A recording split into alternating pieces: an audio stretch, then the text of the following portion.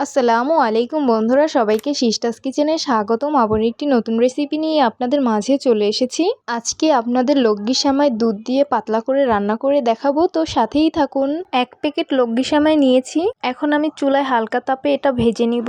আপনারা চাইলে আস্ত ভাজতে পারেন, আমি এটাকে ছোট টুকরো করে ভেজে নিব।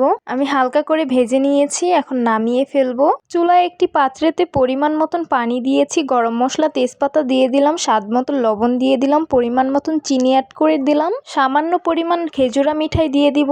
খেজুরা মিঠাই দেওয়ার কারণ হলো সেমাইতে একটা সুন্দর স্মেল আসবে, সেই জন্য। আমি মিষ্টি খাবারে সবসময় সামান্য লবণ দিই, আমার কাছে ভালো লাগে, তবে আপনারা না চাইলে স্কিপ করতে পারেন। আমি সেমাইটা ধুয়ে নিয়েছি, আপনারা চাইলে না ধুয়েও এটা দিতে পারবেন। যাই হোক, বলক চলে এসেছিল। এখন আমি দুধ অ্যাড করে দিব।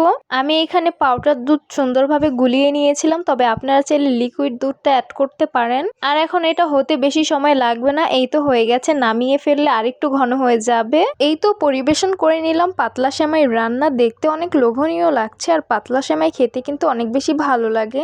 এই লগ্গি সেমাই দুই ভাবে রান্না করা যায়, নারিকেল দিয়ে ভুনা করা যায়, আর এইভাবে পাতলা করে রান্না করা যায়। যেইভাবেই রান্না করেন না কেন, খেতে কিন্তু অনেক ভালো লাগে। আপনারা চাইলে এটার উপরে কিশমিশ দিতে পারেন, আমার কাছে ছিল না তাই দেইনি। আপনারা কিন্তু ঈদ স্পেশালে এইভাবে রান্না করতে পারেন। তো আশা করছি আমার আজকের রেসিপি আপনাদের কাছে অনেক অনেক বেশি ভালো লাগবে। ভালো লেগে থাকলে আমার ইউটিউব চ্যানেলটি সাবস্ক্রাইব করবেন, আর যারা আমার ফেসবুক পেজ থেকে দেখছেন পেজটিকে ফলো করবেন।